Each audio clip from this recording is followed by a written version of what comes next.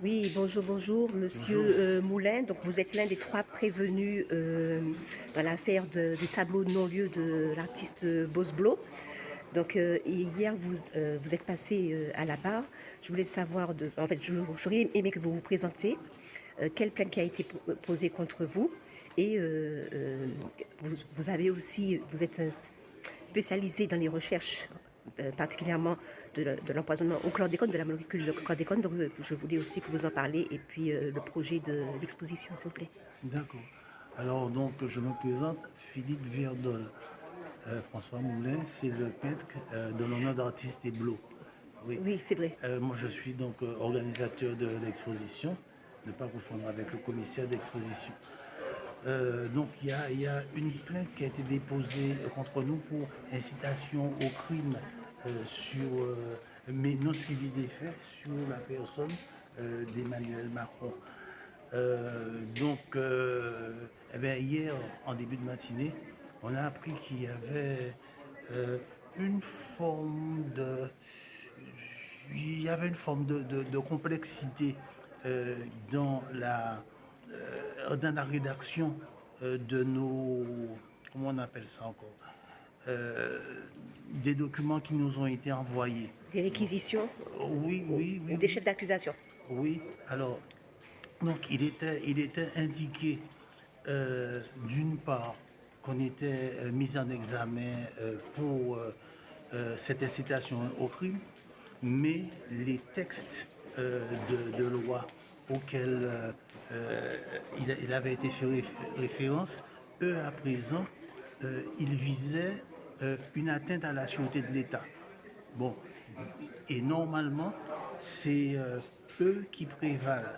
C'est-à-dire qu'en réalité, nous sommes poursuivis pour atteinte à la sûreté de l'État. Voilà. Donc il faut croire que le dossier dérange.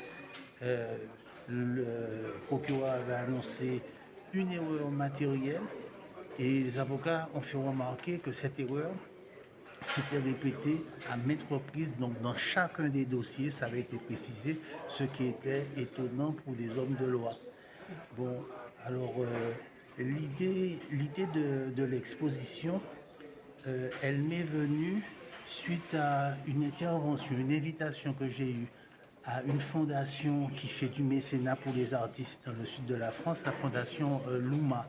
Bon.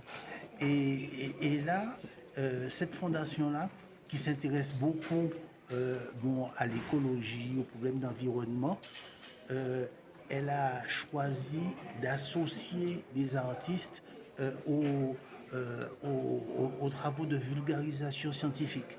Et quand j'y suis allé en 2023, en mai 2023, donc j'ai passé 2 jours, il y avait un symposium, et pour moi ça a été une forme de révélation sur la puissance de l'art.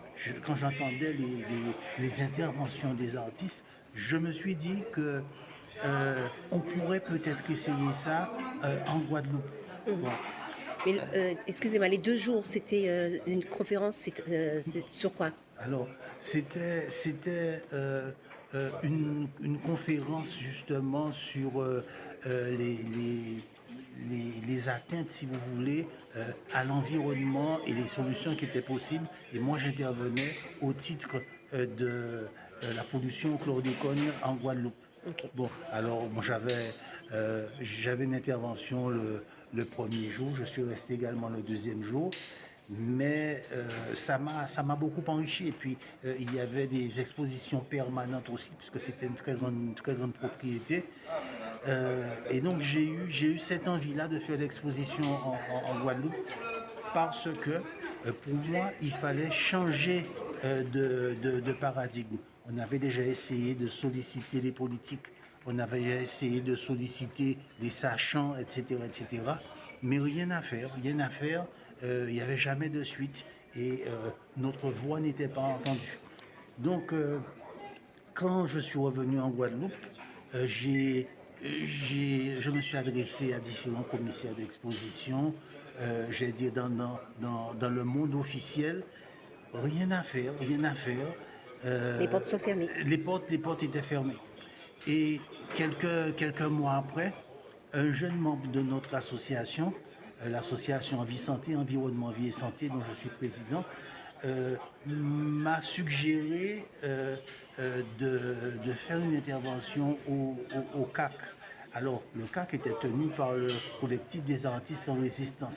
Bon, ça ne me dérangeait pas, c'était un squat, bon pourquoi pas, si c'est eux qui permettent de faire circuler l'information, pourquoi pas.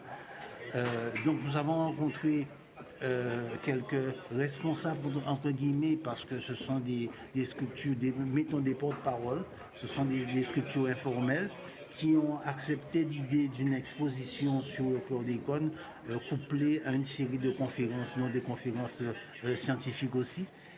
Et parce que je suis universitaire et j'ai des collègues un peu, et puis moi je travaille depuis 20 ans, 21 ans maintenant sur le chlordécone. Et puis ça a démarré. J'avais transmis une feuille de route aux artistes. Et puis on a eu en fait une magnifique exposition. C'était à quelle date? Alors l'exposition, elle était du 9 au 18 janvier et ensuite elle a été... 2025?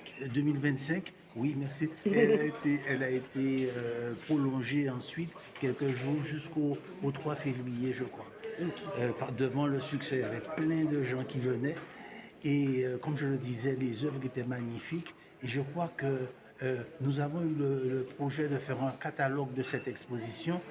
Le projet, il a été contrarié par la plainte d'Emmanuel Macron, mais je crois que comme des photos ont été prises, il est toujours en attente. Le projet est toujours en attente et j'espère que ce catalogue verra le jour parce que il y a eu 41 artistes qui étaient exposants, il y a eu 84 œuvres et pour moi ces œuvres font partie du patrimoine culturel de la Guadeloupe, des Antilles.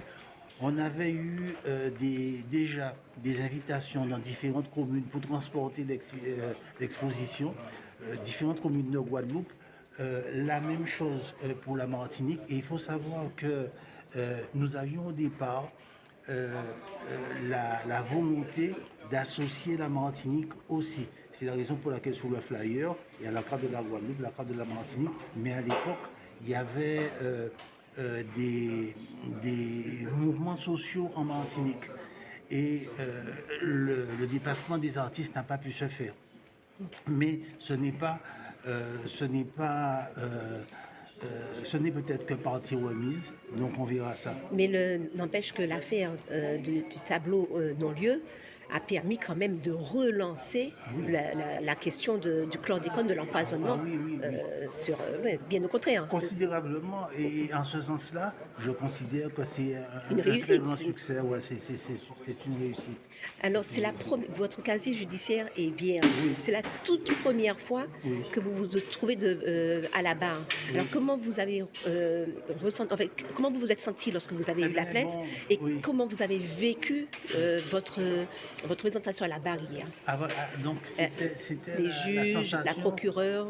Au départ, l'année dernière, quand j'ai appris la plainte, elle est à la fois d'une très grande colère et d'une très grande injustice. Et ensuite, j'ai attendu vraiment le moment, depuis une année, le moment de pouvoir m'exprimer, de pouvoir parler. Et vous vous êtes bien préparé parce que vous avez des feuilles. Oui. Vous avez bien préparé votre dossier. Oui, tout à fait.